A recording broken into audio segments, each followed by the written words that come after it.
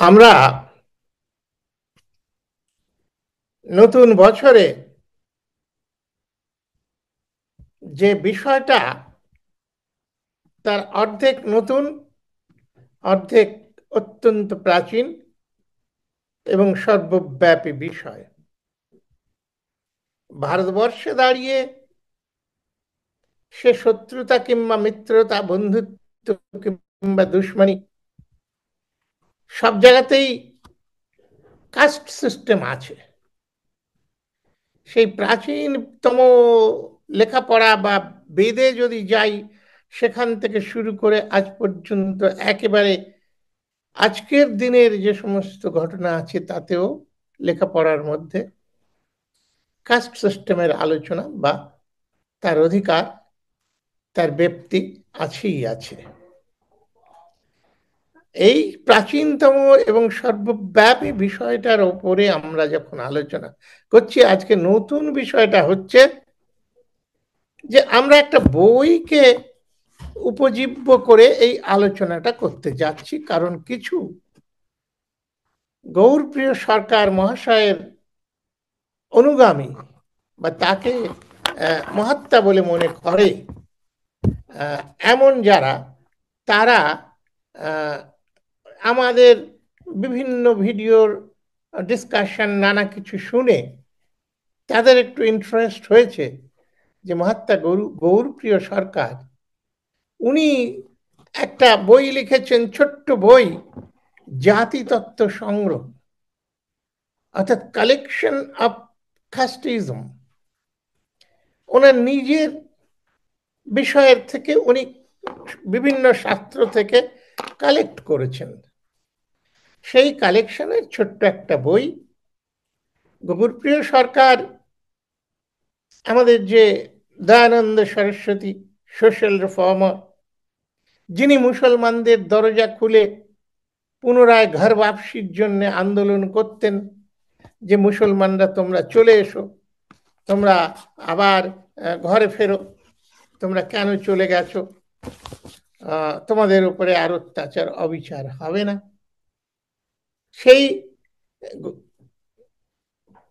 সাধু সন্ত, আমরা গৌরপ্রিয় সরকারকে, আমার অ্যাসেসমেন্ট, তিনি একজন সাধু সন্ত ব্যক্তি। সেই সাধু সন্ত ব্যক্তি ওই আমাদের আরেকজন সাধু সন্ত দয়ানন্দ সরস্বতী, যিনি আর্য সমাজ প্রতিষ্ঠা করেছেন, তার থেকে বয়সে অনেক বড়, প্রাচীন। গৌরপ্রিয় সরকার মহাশয়ের জন্ম 1909 সালে। উনি তখনকার দিনে ব্রিটিশ ইন্ডিয়াতে পড়াশোনা খুব অ্যাকুরেট হতো, তখনও এডুকেশনে কারাপশন ঢোকেনি। তো সেই সময়ে একটা কৃষক চণ্ডাল বংশের ছেলে হয়েও ফার্স্ট ডিভিশনে মেট্রিক পাশ করেছিলেন, আইএসসি পাশ করেছিলেন। তারপরে তিনি রবীন্দ্রনাথের শান্তিনিকেতনে এসে, ওনার বাবা একজন কবিয়াল এবং গায়ক, উনি সঙ্গীত শিক্ষা করেছেন।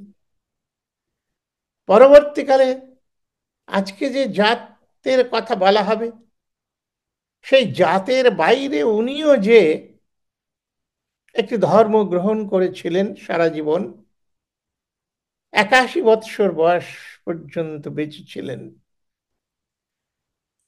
শেষ দিকে তিনি শারীরিকভাবে কিছু পঙ্গুত্ব যাকে বলে, বা যাকে আমরা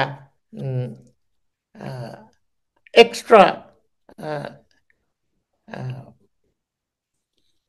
কি বলি যেন, আমরা আজকাল ওগুলোকে একটু শব্দ পাল্টে পাল্টে দিয়েছি।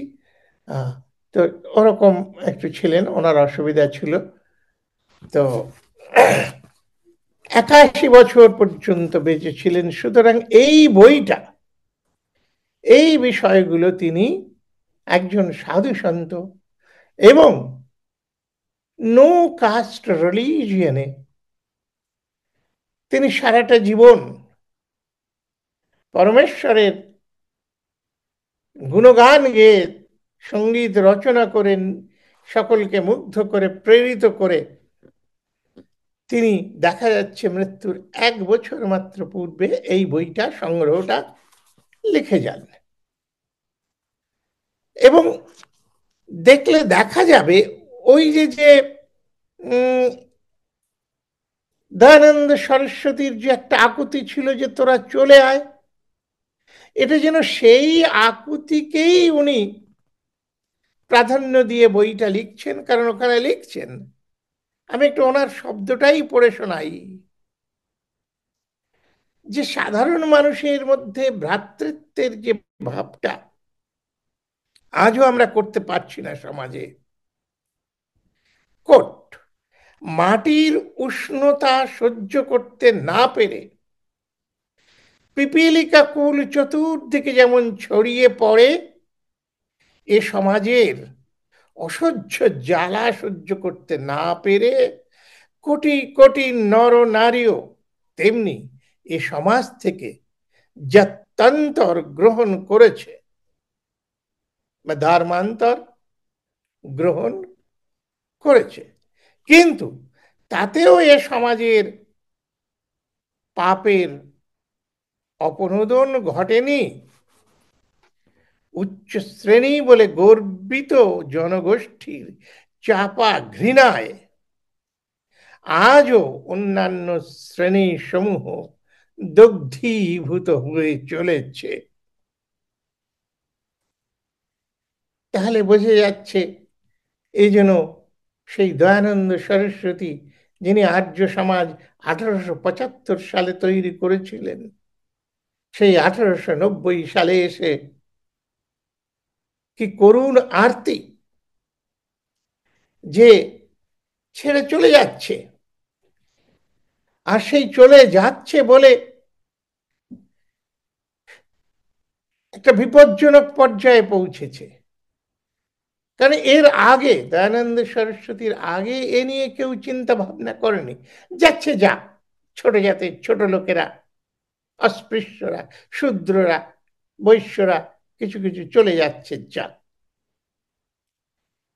আমি তো একবার একটা এরকম ওয়েবিনারে বললাম যে ভাই যেতে দাও, কেন তোমরা ধর্মান্তকরণের বিরুদ্ধে আইন রচনা করছো? ধর্মান্তরটা তো একটা ফান্ডামেন্টাল রাইট হওয়া উচিত।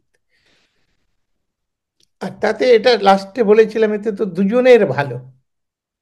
যারা মনে করছো এরা অপবিত্র, এরা ফালতু, এরা inferior, let them go away, let them clean us our rooms. আমাদের ঘর পরিষ্কার পরিচ্ছন্ন হবে, নোংরা লোকগুলো চলে যাক।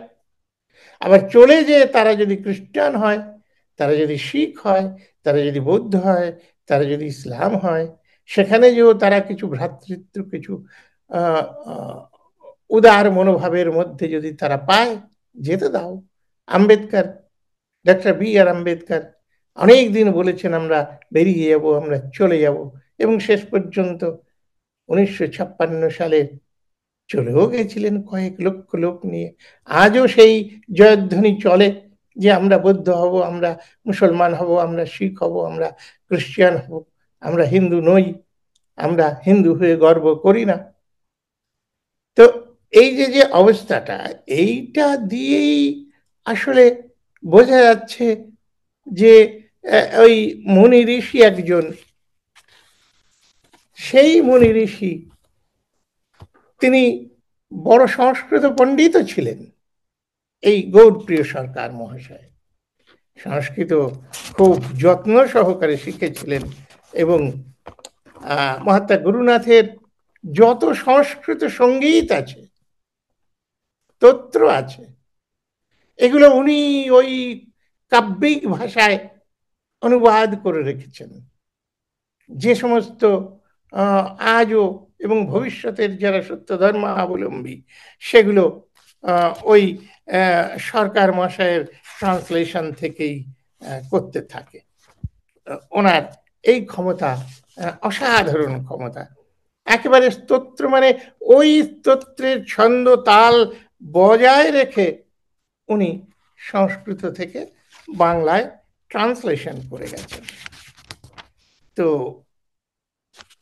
এই একজন ঋষি প্রবর, যার জীবনে অন্য কোনো উদ্দেশ্য সাধনা বা সময় ব্যয় ছিল না ধর্ম কর্ম ছাড়া, ওই জগদীশ্বরের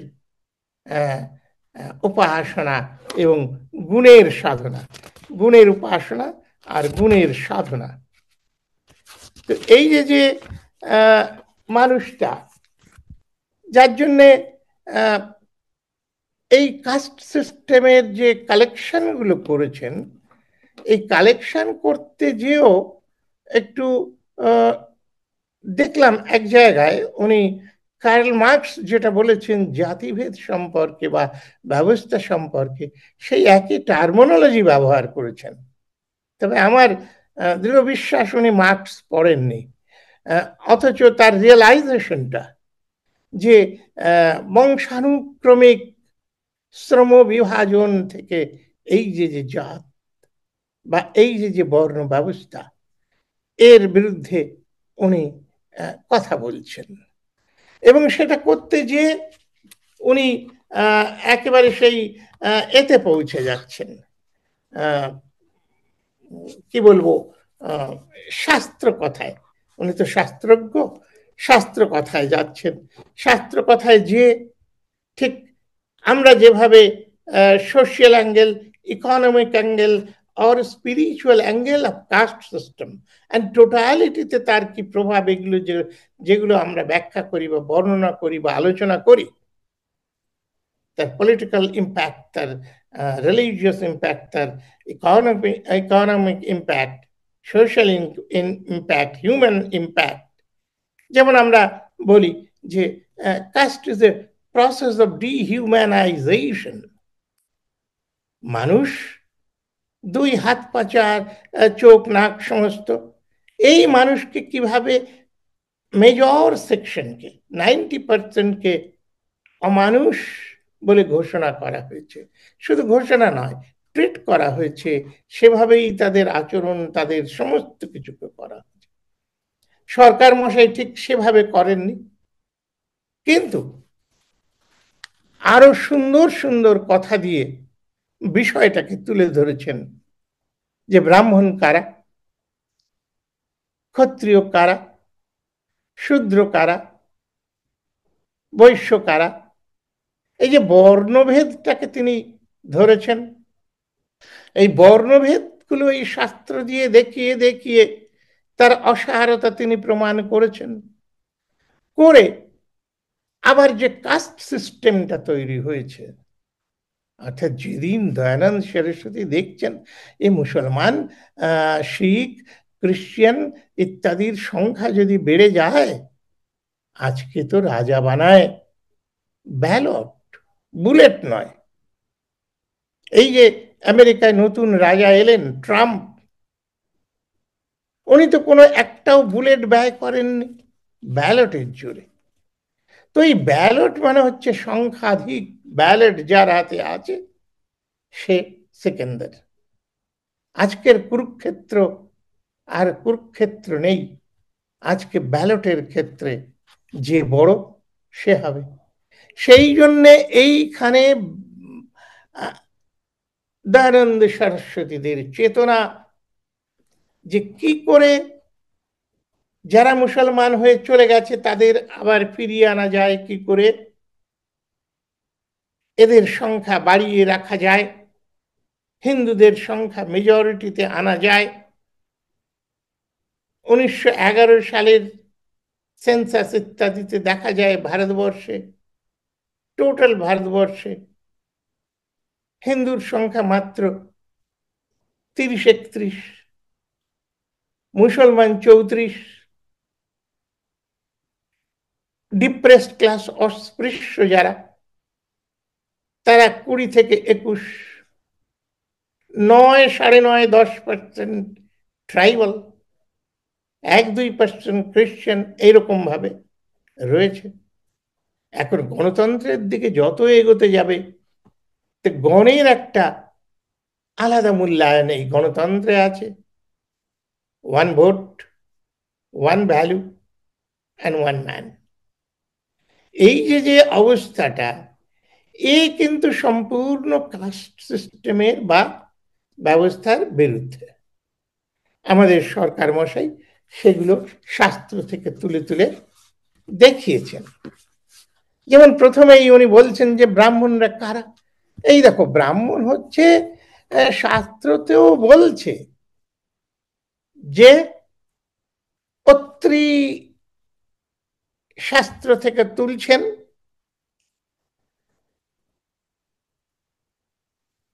অত্রি সংহিতা বলে একটা, আর প্রাচীন সংহিতা, বেশি সামনের দিকের নয়, উনি সেখানে পৌঁছে গেছেন। বেদ উপনিষদের কথা পরে বলেছেন, মনুর কথা পরে তুলেছেন। প্রথমে অত্রি সংহিতায় অত্রি মুনির মতবাদটাকে তুলে ধরছেন। কি বলছেন অত্রি মুনি? অনেকেই জানে, প্রায় সবাই জানে। যারা এখন কাস্ট সিস্টেম থেকে বাঁচতে চায়, একটু ঢাল তরোয়াল দিয়ে নিজেকে সুরক্ষিত রাখতে চায়, তারা এই অত্রিমণিটাকেই তুলে ধরে। এতে কি বলছে? এতে যেন একটা খুব সুন্দর কথা বলছে, একটা যেন ডেমোক্রেটিক আর হিউম্যানিটেরিয়ান ভাব আছে। কি বলছে? জন্মনা জায়তে শূদ্র।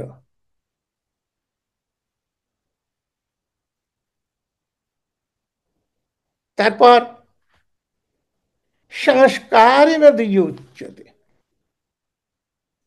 তারপর বেদ পাঠত ভবেত বিপ্র ব্রহ্ম জানাতি ইতি ব্রাহ্মণ। এটা তুলে সরকার মশাই বলছেন যে এই দেখো, ওরা তো বলতে চায় যে জন্মের সময় মানুষ, সব মানুষই শূদ্র। শূদ্র তার আহ, সাধনা বলে বা স্টেজের মাধ্যমে যে যে সে ব্রাহ্মণ হচ্ছে। অবশ্য অত্রিসূত্র কিন্তু তা নয়, কারণ ওটা শুধু তো আলাদাভাবে দেখলে মনে হবে যেন এটা একটা সরলীকরণ, কিন্তু না। কারণ বলা হচ্ছে যে জন্মের সময় শূদ্র, ঠিক আছে, তারপরে জন্মের সময় একটা শিশু, ঠিক আছে, শিশু তো শিশু, তাকে শূদ্র বলি বা শিশু বলি, ব্যাস।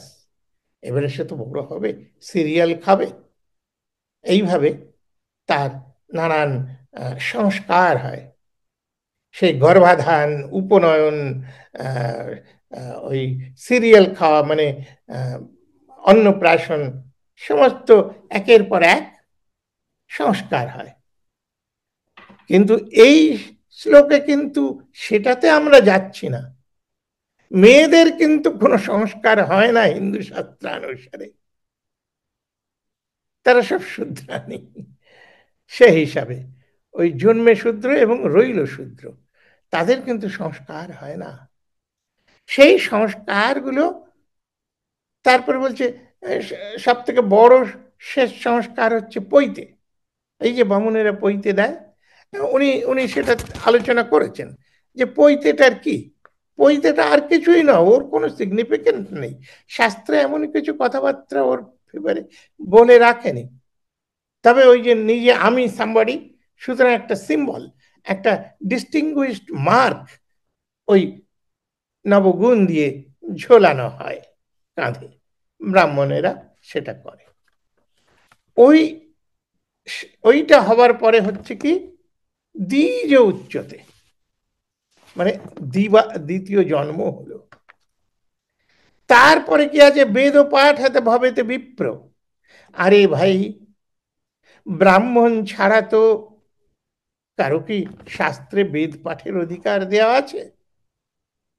মনু বলো, যে কোনো হিন্দু শাস্ত্রে কেবলমাত্র ব্রাহ্মণেরই অধিকার আছে বেদ পাঠ করবার। তাহলে ওই যে জন্মনা যাহাতে শূদ্র, ওটা কিন্তু কেবলমাত্র ব্রাহ্মণ যিনি, তিনি ওই শিশু ছিলেন, এখন আজকে পৈতে হওয়ার পরে দ্বিজ হয়েছে, তিনি আবার ওই গ্র্যাজুয়েট হয়েছেন বেদ পাঠ করে। অন্যের ওই গ্র্যাজুয়েশনের কোনো অধিকার নেই। বরং মনু তো বলেছে বেদ কেন, সংস্কৃত পড়লে বা শুনলে ওর জিভ কেটে দিতে হবে, ওর কানে গরম লোহা ঢেলে দিতে হবে, এ সমস্ত কথা আছে। সুতরাং বোঝা যাচ্ছে যে ওই যে যে সরকার মশাই যে অত্রিমুনির যে শ্লোকটা তুলে আলোচনা শুরু করতে চেষ্টা করেছেন, সেটা কিন্তু খুব একটা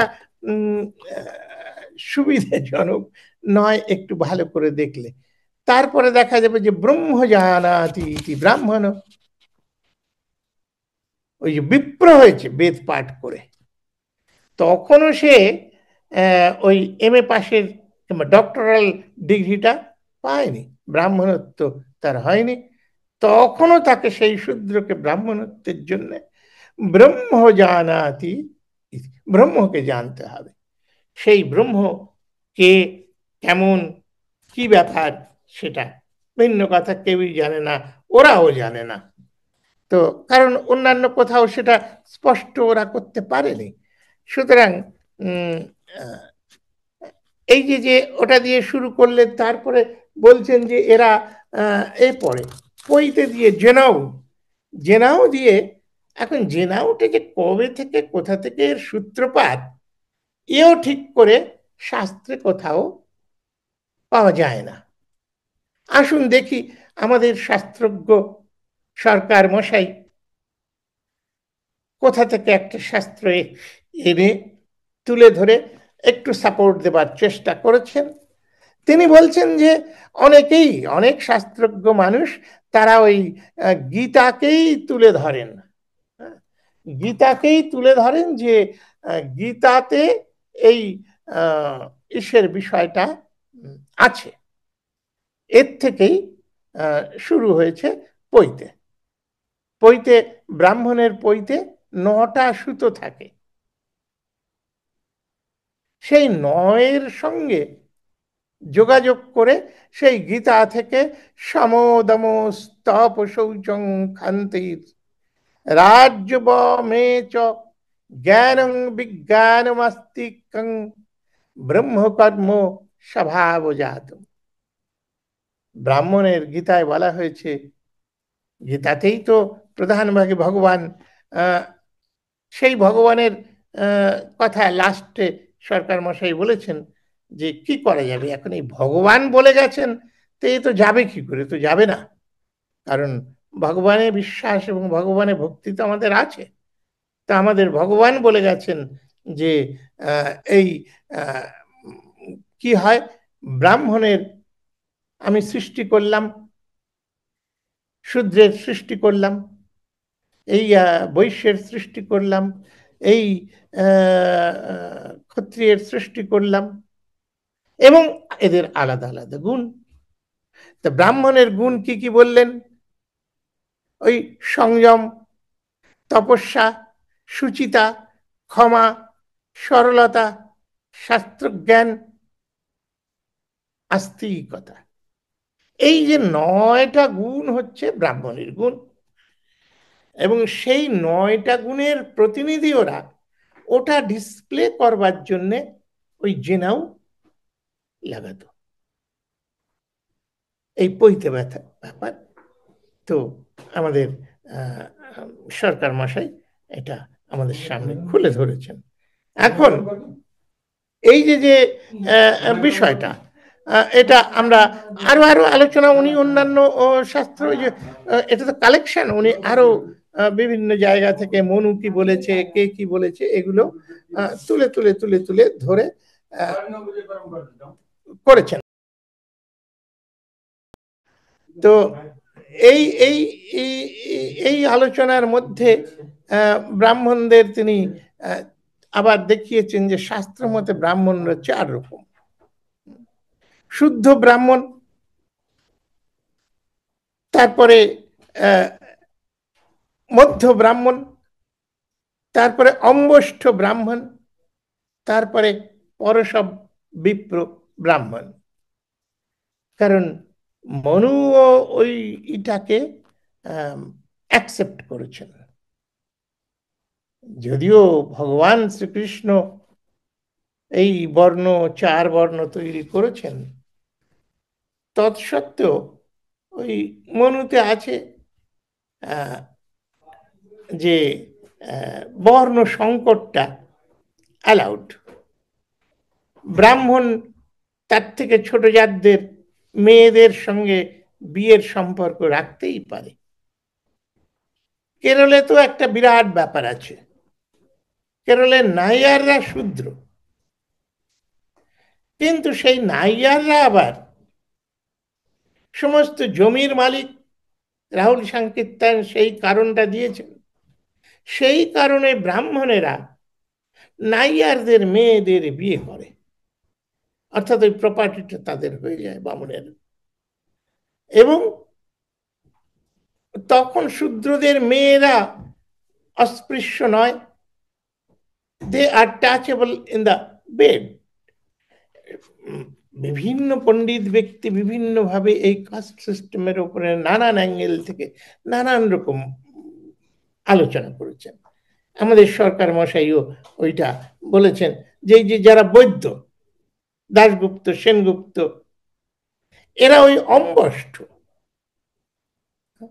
তারা হচ্ছে কিভাবে হয়েছে, বউটা হচ্ছে বৈশ্য আর বামুন ছেলে, তার যে প্রজন্ম সেটা হচ্ছে বৈদ্য জাতটা। এইভাবে এইভাবে নানানভাবে এসেছে। আস্তে আস্তে উনি একটু ইতিহাসকে তুলে ধরেছেন। আজকের এই আলোচনা করতে যে আমার একটা বড় লাভ হয়েছে, যে এইটা পড়তে যে আদি সুরের যে ইতিহাসটা, সেই ইতিহাসটাকে আমার নতুনভাবে দেখা হলো। সরকার মশাই ওই আদি সুরের ইতিহাসটাকে তুলে এনেছেন, যে বঙ্গে তো কোনো ব্রাহ্মণ ছিল না। বঙ্কিমচন্দ্র যখন এই সমস্ত সমাজ নিয়ে লিখেছেন, স্পেসিফিক্যালি সমাজ এবং জাত ব্যবস্থা, আর্য অনার্য ইত্যাদি ইত্যাদি গ্রন্থগুলো মোটা মোটা বড় বড়, ওখানে লিখছেন যে বঙ্গে ওই ব্রাহ্মণ ছাড়া সবাই শূদ্র, অন্য ক্ষত্রিয় টত্রিয় কেউ নেই। আবার এও বলেছেন যে বঙ্গ তো বেদ বাহ্য দেশের দেশ, এখানে কোনো বামুন ছিল না। কারণ যখন মুসলমানরা এসেছে, ইখতিয়ার উদ্দিন মোহাম্মদ বিন বখতিয়ার খলজি যখন 1198-এ নদিয়া আক্রমণ করেছিলেন, লক্ষণ সেন তার হাতে সমস্ত ক্ষমতা দিয়ে চলে যান। সেই সময় এই যে যে আলাদা একটা ট্রান্সফরমেশন সমাজের, সেইগুলো ওই আদি সুরের সময় থেকে যেটা অ্যাকসেপ্টেড ছিল না, বেশিরভাগ ঐতিহাসিক অফিসিয়াল হিস্টোরিয়ানস তারা ওই আদি সুরের তত্ত্বটাকে গ্রহণ করতে চায় না। কিন্তু দেখলাম সরকার মশাই বেশ জোরের সঙ্গে সেই আদি সুরের বিষয়টা আনছেন, যে হ্যাঁ, বাংলায় কোনো ব্রাহ্মণ ছিল না। যার জন্য রাজা রামমোহন রায় যখন বেদের ট্রান্সলেশন ইত্যাদি ইত্যাদি করছিলেন, তখন ইউপি ইত্যাদির ব্রাহ্মণেরা আপত্তি তুলেছিলেন, who are you to translate this sacred shastras, you are Shudra land, people of Shudra land cannot translate this Vedic literature. তো যাই হোক, তো এখন ছিল না যখন, তাহলে বঙ্গদেশে এত ব্রাহ্মণ আজকে কোথা থেকে হলো? তো এটাতে আমাদের একজন খুব খুব বড় মানুষ ছিলেন, সৈয়দ মুস্তাবা আলী। সৈয়দ মুস্তাবা আলীর ওই দেশ বিদেশে, দেশে দেশে নানান গল্প কে না পড়েছে? উনি এত এত বড় ইন্টেলেকচুয়াল এবং হিউম্যানিস্ট ছিলেন যে পণ্ডিত জওহরলাল নেহেরু ওনার জন্যে ভারতবর্ষে ডাইরেক্টর অফ কালচার বানিয়ে ওনাকে শান্তিনিকেতন থেকে তুলে নিয়ে ডাইরেক্টর বানিয়েছিলেন। ইউপিএসসিতে উনি ইন্টারভিউ নিতেন আইএএস পরীক্ষার্থীদের। সেই সূত্রে একবার যোগাযোগের ফলে তা উনি ওই একটা জায়গায় আছে যে একজন বলছে যে এই একটু এই মুসলমানদের বিদ্বেষের একটা থাকে তো, ওটা বন্ধুত্ব করতে করতে একটু খোঁচা মারে। এই সৈয়দ মুস্তাবা আলী বলে, এই এত সৈয়দ কোথা থেকে হলো রে? হ্যাঁ, সেই ইসলামে তো কয়জন সৈয়দ, সেইখান থেকে এত সৈয়দ, কলকাতাতেও এত সৈয়দ হয়ে গেল। তো মুস্তাফা আলী হেসে বলেছিলেন, কেন রে, 5 জন বামুন থেকে যদি এত বন্দ্যোপাধ্যায় আর চট্টোপাধ্যায় হতে পারে, তো সৈয়দ হতে পারে না? এখন সেই কথাটা এই সরকার মশাইয়ের এই আদি সুরের কাহিনীতে আমি নতুন ভাবে দেখলাম যে আসলে এই কাহিনীটা সত্য, কিন্তু ইতিহাসকাররা এই রাজা আদি সুরের অস্তিত্বটাকে ইতিহাসের পাতায় সামনে রাখে না। রাখে না, তার কারণ হচ্ছে তাতে তাদের গৌরব বাড়ে না, তাদের অগৌরবের কথা আছে। সেই কথাগুলোই আমাদের সরকার মশাই দিয়েছেন, যে তোমরা যারা বামুন বলে নিজেদের এত বেশি করে এ বলো, এসব তো শূদ্র, এবারে পাক্কা পাক্কা শূদ্র। এবং সেটা উনি তুলে ধরেছেন আদি সুরের সেই বাচস্পতি মিশ্রের ন্যায় কণিকা অর্করিকা গ্রন্থ থেকে তুলে দিচ্ছেন। গল্পটা সবাই জানে, বিষয়টা সমাজবিজ্ঞান পড়তে যে, লিখতে যে, ইতিহাস পড়তে যে, লিখতে যে, কাস্ট সিস্টেমের আলোচনা করতে যে, ব্রাহ্মণদের কথা আলোচনা করতে যে, এই গল্প সবসময় আসেই আসে আদি সুরের কথা। যেহেতু তখন ওই বাংলায় বামুন নেই, বৌদ্ধ ধর্মের পরে ইসলাম ইত্যাদি ইত্যাদির কারণে একেবারে ব্রাহ্মণ শূন্য হয়ে গেছে, একজন রাজার সে যজ্ঞ করবে, যজ্ঞ করবার বামুন নেই। তখন সেই রাজা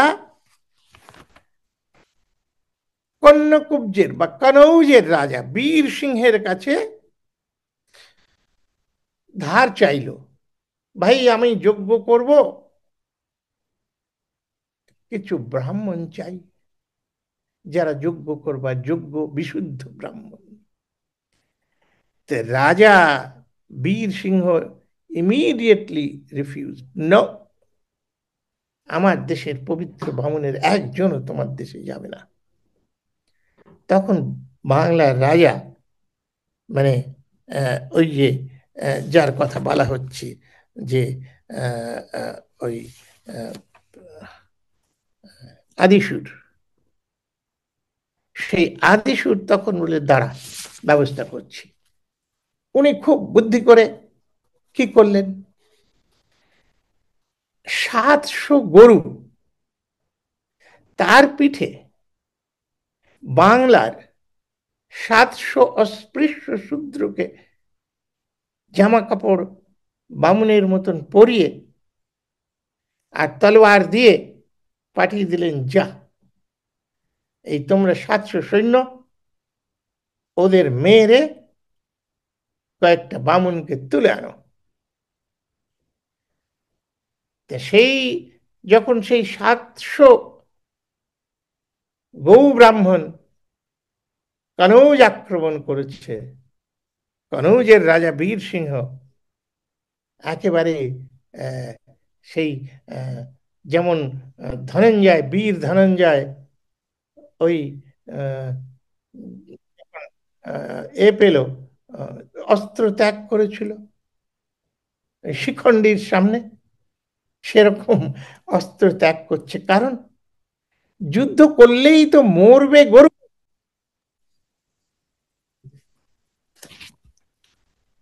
তাহলে যেখানে বলছিলাম যে আদিসুর ওইভাবে উম, খুব কায়দা করে কৌশলে পাঁচজন ব্রাহ্মণ কানৌজ থেকে বিশুদ্ধ ব্রাহ্মণকে নিয়ে এলেন।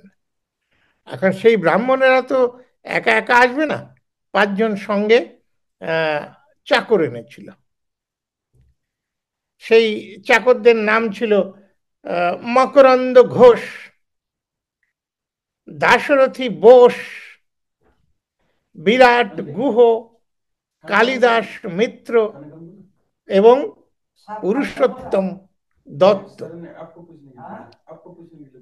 এখানে যজ্ঞ টজ্ঞ করে ওরা আবার বাড়ি ফিরে গেছে, কিন্তু বাড়িতে আর নেয়নি। ওই যেমন একবার হাতি যদি এদিকে চলে যায়, তাহলে সে হাতিকে আর গ্রহণ করে না, ওরা অপবিত্র হয়ে গেছে। এই যে বাংলার শূদ্র রাজার, হ্যাঁ, ক্ষত্রিয় রাজা নয়, শূদ্র রাজার যজ্ঞ করে কোনো অন্যায় করেনি, কোনো অপরাধ করেনি, হ্যাঁ, তারা অবান্তর হয়ে গেল উত্তরপ্রদেশে কানৌজে। সুতরাং তারা সেই চাকর বাকর নিয়ে, পাঁচজন চাকর নিয়ে তারা চলে এলেন। এবং এই পাঁচজন চাকরই কায়স্থ হিসাবে বা বাংলায় বড় কুলীন শূদ্র হিসাবে প্রতিষ্ঠিত হলো। এরা এই বাংলার ওই রেভিনিউ কালেক্টর, যা কিছু করার আহ, আহ, সমস্ত কিছুর পেছনে এরাই কর্তা ব্যক্তি হয়ে গেলেন। এবং এদের মধ্যে ওই যখন একটু আছে, আহ, আহ, ওই স্টেটাসের লড়াই তো হবে, তো নিজেদের মধ্যেও ইন্ট্রা কাস্ট আর ইন্টার কাস্ট দুটো লড়াই চলবে। তো সেই ইন্ট্রা কাস্ট লড়াইয়ে ওই দত্তদের একটু হীন চোখে দেখা হতো। ওই জন্যে এটা আমাদের সরকার মশাই দেননি, আমি বলছি যে ওই এতে আছে খুব সুন্দর করে। সতীশ মিত্র যশোর খুলনার ইতিহাস লিখেছেন, তাতে লিখেছেন যে দত্তরা তখন বলেছে আমাদের কেন করছে, কারণ আমরা ঠিক মতন ওই ঘোষ বোসদের মতন, মিত্রদের মতন বামুনের ওরকম দাসত্ব করিনি। আমাদের নিজেদের আত্মসম্মানটা আমরা রক্ষা করে ওদের চাকরি করেছি, চাকর হয়নি। তো সেই জন্য ওই সতীশ মিত্রর মনে পড়ে, আহ, একটু মেমারি কমে গেছে তো, সঙ্গে মাত্র আসিয়াছি, হ্যাঁ, দত্ত কারো ভৃত্য নয়, সঙ্গে মাত্র আসিয়াছি এই পরিচয়। এটাও কোথাও আছে। তো সতীশ মিত্র ওইটা কোট করে দিয়েছেন, আমার এখনো একটু রিমেম্বার করতে পারলাম। তো এই যে যে কায়স্থরা, এরা হয়ে গেল আহ, সমস্ত আহ, ক্ষমতার অলিন্দের কর্তা ব্যক্তি। এখন কায়স্থ আর অন্যদের কথা ব্রাহ্মণদের বলবার পরে ব্রহ্ম বৈবর্ত পুরাণ থেকে সরকার মশাই বলছেন, বৈশ্য হতে শূদ্রা গর্ভে জন্মিল যাহারা, করণ নামেতে খ্যাত হইল তাহারা। করণ, করণিক, ক্লার্ক, যারা লেখাপড়া করে, হিসাব, করণ কায়স্থ কহে লেখাবৃত্তি তার, বৈশ্য হতে শূদ্রা গর্ভে সে জাতি জন্মায়। তারপরে মনু থেকেও তুলে দিয়েছেন। এটাকে তো বলাই হয়েছে সংগ্রহ, জাতিতত্ত্ব সংগ্রহ। এ যাদের দরকার, যাদের ইচ্ছা আছে এই সমস্ত জিনিসগুলো আরো কনফার্ম করবার, আমি তাড়াতাড়ি শেষ করব। তো আহ, সমস্ত আমি আর উদাহরণগুলো টেনে টেনে তুলব না।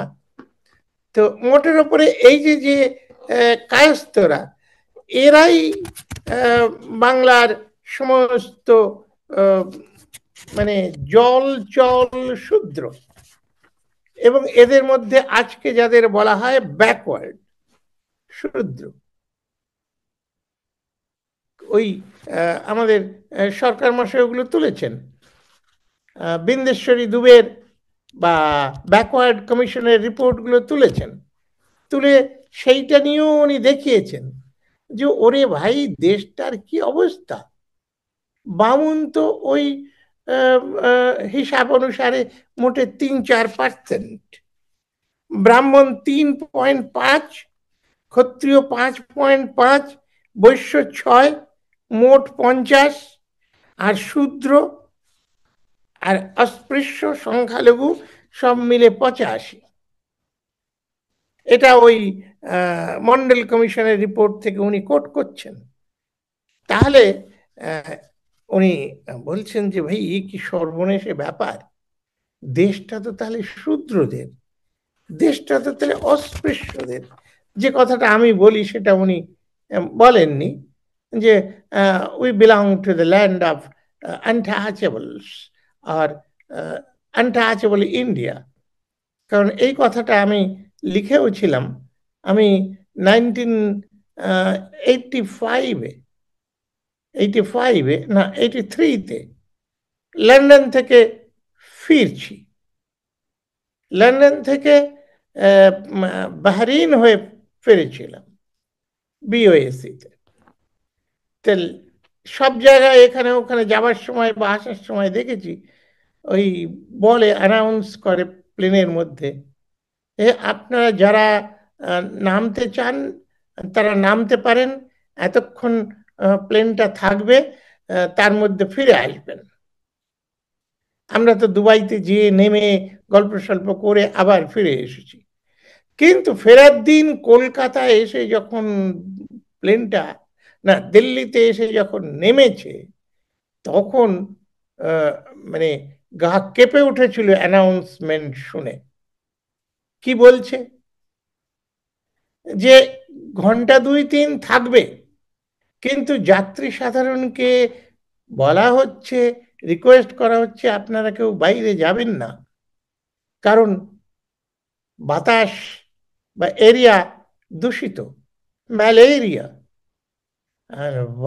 দিস ইজ মাই কান্ট্রি, আমায় এখন এই ম্যালেরিয়ার মধ্যেই নেমে থাকতে হবে। তো আসলে সেই থেকে আমি বলি it is the land of আনটাচেবলস। এত শূদ্র, এত আনটাচেবল যে দেশে, তার টাচেবিলিটি থাকে নাকি? তো সেটা আমার ওই অভিজ্ঞতায় একটা, সেটা আমি আমার কোনো বইতে লিখেছি। কারণ এগুলো অদ্ভুত, মানে গায়ের মধ্যে দিয়ে শিহরণ জাগায় যে কোথায় আছি, কিভাবে আছি। তো এই যে শূদ্ররাই এই কায়স্থ, এবং বিবেকানন্দ তাই নিয়ে অনেক আন্দোলনও করেছেন। আন্দোলন মানে নিজের সঙ্গে, কারণ উনি যে শূদ্র হয়েও সন্ন্যাসী হয়েছেন এটা বামুনেরা মেনে নেয়নি। হ্যাঁ, ওই ওনার যখন আমেরিকা থেকে ফিরে এসেছেন বা যখন মৃত্যু হয়েছে, তখন ওই সমস্ত তার এতে আমাদের জাস্টিস বন্দ্যোপাধ্যায় যে ওখানে যোগ দেননি, যে শূদ্র, আমাদের দেশে তো রাজা নেই, ক্রিশ্চিয়ান রাজা, নইলে তো ওকে ফাঁসিতে ঝোলানো হতো। এগুলো আছে। তা এখন এটা বলতে যে সরকার মশাই নিজে যেহেতু নমশূদ্রদের ছেলে, উনি নমদের ইতিহাসটাকে তুলে এনেছেন। এই বাংলায় নমশূদ্ররা প্রবল এবং সংখ্যা বহুত, যার জন্যে ওই ডক্টর নিহার রঞ্জন রায় তার বাঙালির ইতিহাস সেখানে ওই দিয়েছেন যে এত সংখ্যায় বিপুল এবং আত্মসম্মান সম্পর্ক সম্পন্ন একটা তেজস্বী জাতি, উনি খুব কৌশল করে ওই তেজস্বী মানুষকে তো বিরুদ্ধ দলে রাখা যায় না, রাখা উচিত না, কোনো বুদ্ধিমানই তা করে না, তার সঙ্গে বন্ধুত্ব করে। ওই জন্য নমশূদ্র আপনারা পড়ে দেখবেন যে সেখানে বলেছে নমশূদ্রদের সঙ্গে বামুনদের বা ব্রাহ্মণদের রক্তের বা সেফালিক ইন্ডেক্সের সব থেকে বেশি রয়েছে, মিল রয়েছে। যাই হোক, সেখানে আমাদের সরকার মশাই যাননি, উনি শাস্ত্রবিদ, ওই শাস্ত্রের কথায় চলে গেছেন। সেখানে যেতে যে ওই সাতক্ষীরা যখন আলাদা যশোর থেকে খুলনায় পরিণত হয়, তখন ব্রিটিশ পিরিয়ডে গণতান্ত্রিকতার সূত্রপাত হয়ে গেছে। সেই সময় কিভাবে এই একজন নমশূদ্র জমিদারকে মিটিংয়ে বসতে দেবে না, তখন যে নমশূদ্ররা যে বা চণ্ডালরা যে একটা হীন জাতি নয়, তারা যে কৃষক, তাদের প্রফেশন যে সব থেকে পৃথিবীর পবিত্রতম প্রফেশন, এই সমস্ত দেখানোর জন্য উনি ওই শেষ পর্যন্ত গুরুচাঁদ ঠাকুরের কাছে যে উপস্থিত হয়েছিলেন। গুরুচাঁদ ঠাকুর বললেন যে অমুক তর্কালঙ্কার মশাই, উনি জানেন নমশূদ্রদের ইতিহাস, যে নমশূদ্র ছোট জাত নয়, ওরা বামুনদের সঙ্গে সম্পর্কিত। সেই ইতিহাস খুঁজে আনতে যারা গিয়েছিলেন, এই সরকার মশাইয়ের বাবাও নদের চাঁদ সরকার, তিনিও সেই দলে ছিলেন। তো সেই ইতিহাসটাকে তুলে এনে শক্তি সঙ্গম তন্ত্র লেখাগুলো আমার বইতে ভিন্ন জায়গায় আলোচনা আছে। এই শক্তি সঙ্গম তন্ত্র অন্য কোথাও পাওয়া যায় না, এটা কোনো বড় তন্ত্র গ্রন্থ নয়। তথাপি একটা বানিয়ে টানিয়ে যাও, তখনকার দিনের আন্দোলনটাকে সুরক্ষিত করা হয়েছিল। তারপর থেকে ওনাকে মিটিংয়ে বসতে দেওয়া হয়েছিল, কারণ তখন বড় বড় বামুনেরা তর্কালঙ্কাররা ওই সার্টিফিকেট দিত, যেমন ডক্টর নিহারঞ্জন রায় সার্টিফিকেট দিয়েছেন যে না না না, এরা এরা এরা এরা নমশূদ্ররা চণ্ডাল নয়, এরা চণ্ডালরা ব্রাহ্মণ। একেবারে এরকম উল্টো পাল্টা কথা, মানে বাক্যগুলো দেখলেও দেখা যাবে যে লজিক্যালি বাক্যগুলো বিশুদ্ধ নয়, কারণ তখন এদের জাতে তুলতে হবে বা জাতে নিতে হবে। তো সেইটা দিয়ে উনি দেখিয়েছেন যে এইভাবে নমশূদ্রদের নমশূদ্র করেছে। আসলে ইতিহাসটা তো ঠিক তাই নয়। নমশূদ্র এটা সেন্সাসে 1872 রিপোর্ট থেকে শুরু করে প্রতিটি রিপোর্টে চণ্ডালই লেখা হয়েছে, এবং তাতে দেখা গেছে চণ্ডালের সংখ্যা বামুনের থেকে বেশি, সব থেকে বেশি জনসংখ্যা, ইত্যাদি ইত্যাদি। তাদের তেজস্বিতা, তাদের স্বাভিমান, সেগুলো অটুট ছিল, সেইভাবে রয়েছে।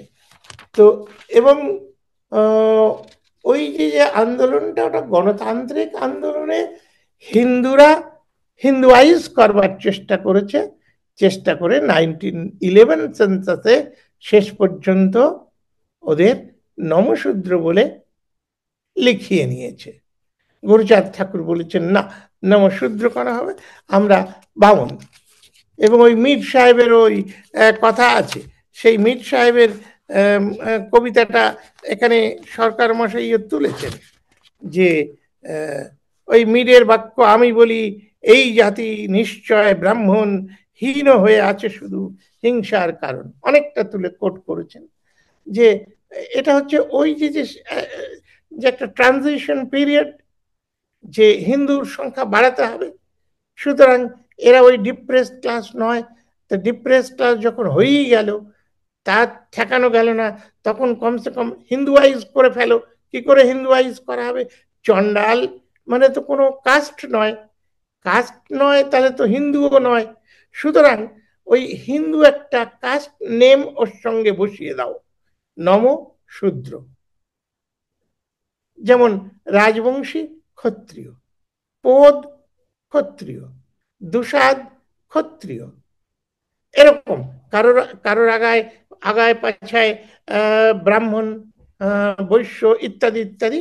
এই যে হিন্দুয়াইজ করার সময় এটা এইভাবে এই নমশূদ্রদের আজকাল যে রয়েছে, এখন বাংলাদেশে রয়েছে, এখানে রয়েছে,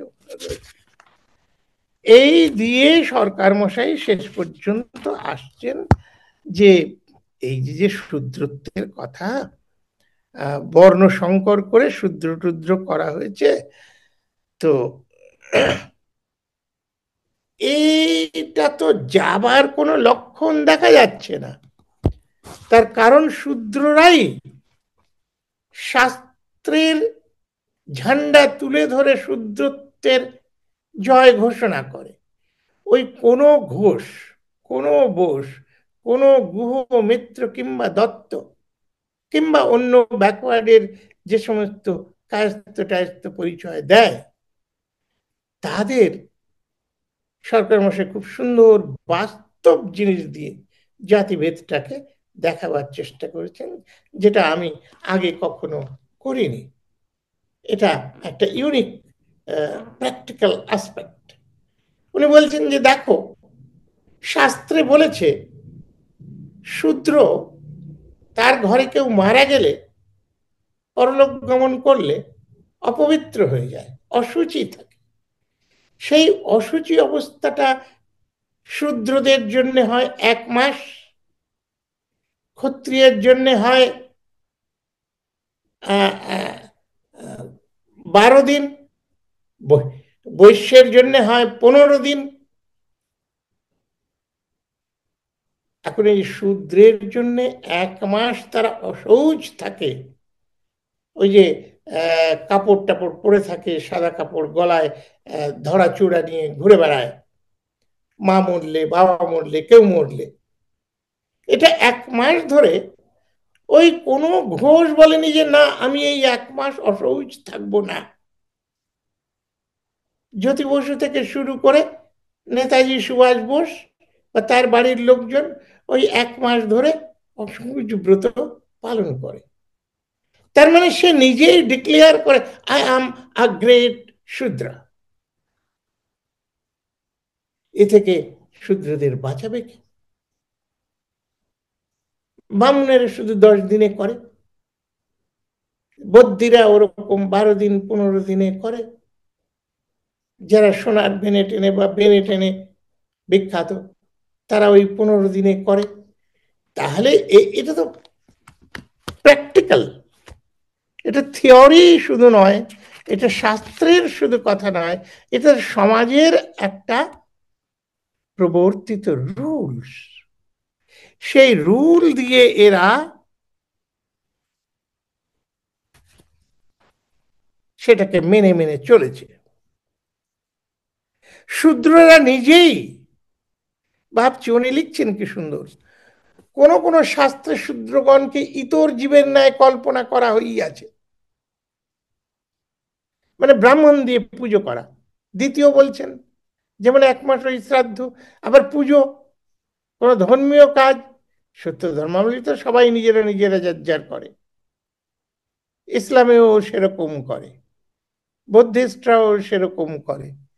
কিন্তু বলছেন শূদ্রগণকে ইতর জীবের ন্যায় কল্পনা করে। ইতর জীব যেমন কোনো পাপ বোধ নেই, সংস্কারের প্রয়োজন হয় না, শূদ্রগণেরও তেমনি এই এতই ইতর যে তাদের কোনো পাপ নাই, তাদের সংস্কারের প্রয়োজন হয় নাই, তাদের কোনো ধর্ম কাজে অধিকারও শাস্ত্রে স্বীকার করে না।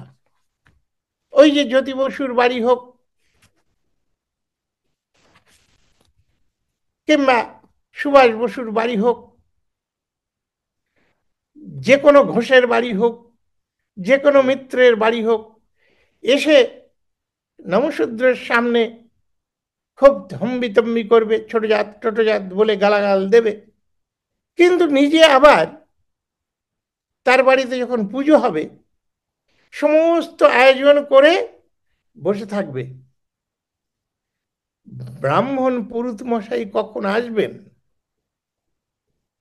তিনি পুজোটা করে দিয়ে যাবেন, সেই পুজো টুজো হয়ে গেলেই তার প্রসাদ এরা খাবে, চরণামৃত পান করবে, ধন্য হবে। নিজের কোনো পুজোর অধিকার নেই।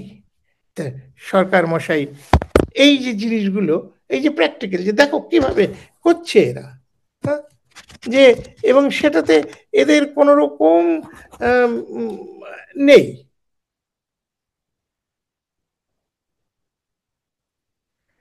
দেখো লক্ষণীয় যে দেবদেবীর পূজা নিজেরা করবার অধিকার এখনো শূদ্ররা অর্জন করতে পারেনি। এই যে এত দুর্গা পুজো হবে, আমাদের মাননীয় মুখ্যমন্ত্রী টাকা পয়সা দেন, সাহায্য করেন, সমর্থন দেন, উৎসাহ দেন, নিজে থেকে কাজ করেন, অথচ কোনো শূদ্র, কোনো কায়েত বদ্যি, বামুন, এই বামুন ছাড়া কেউ এসে বলে আমরা পুজো করব? একটা জায়গায়ও সেটা দেখা যাবে না। আমি জানি আমার এক আইএএস বন্ধু, তিনি এসে বলছেন একদিন একজন বদ্যিদের, মানে দাশগুপ্ত, আনাদার আইএএস অফিসারের বউ এসে খুব দুঃখ করছে, এই অতুলদা দেখুন কি বাজে ব্যাপার। আমি এবারে বাড়ি গেছিলাম ওই বারাকপুর গান্ধীঘাটের ওখানে পুজোতে আমাদের পাড়ায়, তো সবকিছু আমি করলাম, তারপরে যখন ভোগ রান্না করতে যাব আমাকে দিল না, বার করে দিল। না, তুমি বদ্যি, বদ্যিরা ভোগ রান্না করতে পারে না। কি অন্যায় বলুন দেখিনি দাদা। তখন আমি নামটা আর বলছি না, সে শুধু বললে বৌদি এতেই এত রেগে যাচ্ছেন, আর আমাদের যে ওর কাছেও যেতে দেয় না, অস্পৃশ্য করে ধরে রাখে, কই আমাদের জন্য তো আপনাদের বোধ বুদ্ধিটা হয়নি।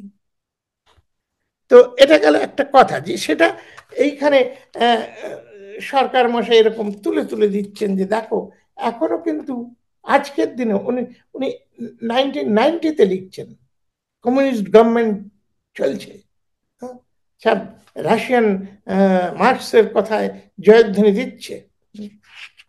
তো অথচ এখনো ওই পুজো করবার সময় মনোপলি, হ্যাঁ, দ্যাট ডিভাইন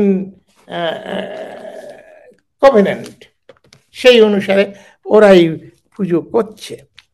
তো এইভাবে শূদ্ররা রয়েছে, সাধারণ শূদ্র, মহাশূদ্র, নিরবতী শূদ্র, নিরবসিত শূদ্র, ইত্যাদি ইত্যাদি। তারপরে বলছেন যে এই সব জায়গার থেকে তিনি তুলে তুলে দেখালেন যে বাংলাতে ডক্টর নিহারঞ্জন রায় আরো বলেছেন, পুরাণে দেখা যাইতেছে যে ব্রাহ্মণ ছাড়া বাংলাদেশে আর যত বর্ণ আছে সমস্তই শঙ্কর, এবং তাহারা সকলেই শূদ্র বর্ণের অন্তর্গত। এই 95%, তারপরে এই গণতন্ত্রের দিনে তাদের স্বাভিমান জাগেনি যে ওই 2-5%-এর বিরুদ্ধে কথা বলবার। এই সরে যাও, আমার পুজো, আমার দেবী দেবতার সঙ্গে আমি কথা বলবো, আল্লাহর সঙ্গে, আমি আল্লাহর পুত্র, আমি আল্লাহর সঙ্গে, হ্যাঁ, কথা বলবো। বাপ আর বেটার মাঝখানে কোনো দালাল, এজেন্ট, পুরুত, এগুলো দরকার নেই, হট যাও, এতদিন করেছো করেছো, আজকে আমরা, হ্যাঁ, লাল ঝান্ডা ওড়াই, হ্যাঁ, কমিউনিস্ট পার্টির কথা বলি, মার্কসের নাম বলি, জয়ধ্বনি দিই, আজকে আমরা মানব না। আজকে ওই দলিতরা আম্বেদকর করে, ওই যে বৌদ্ধ করে, সুতরাং আজকে ছেড়ে দাও। তো কিন্তু হয়নি। তো এইভাবে বলে টোলে যেটা উনি বলেছেন, এবারে আমি শেষ করি। সে এক মর্মান্তিক কথা বলছেন।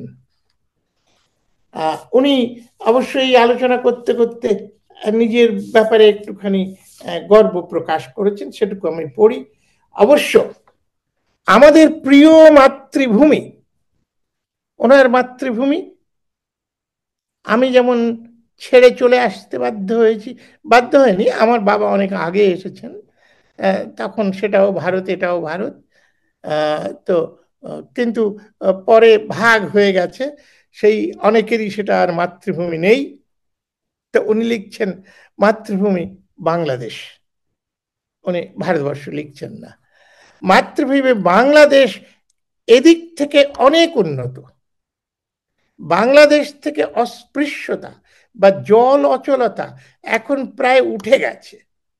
সম্ভবত ইসলামের সাম্যনীতি এক্ষেত্রে যথেষ্ট অবদান রেখেছে, কিন্তু পশ্চিমবঙ্গ তথা ভারতের অধিকাংশ অঞ্চলই ওই কুপ্রথা আজও শিকড় গেড়ে বসে আছে। এখন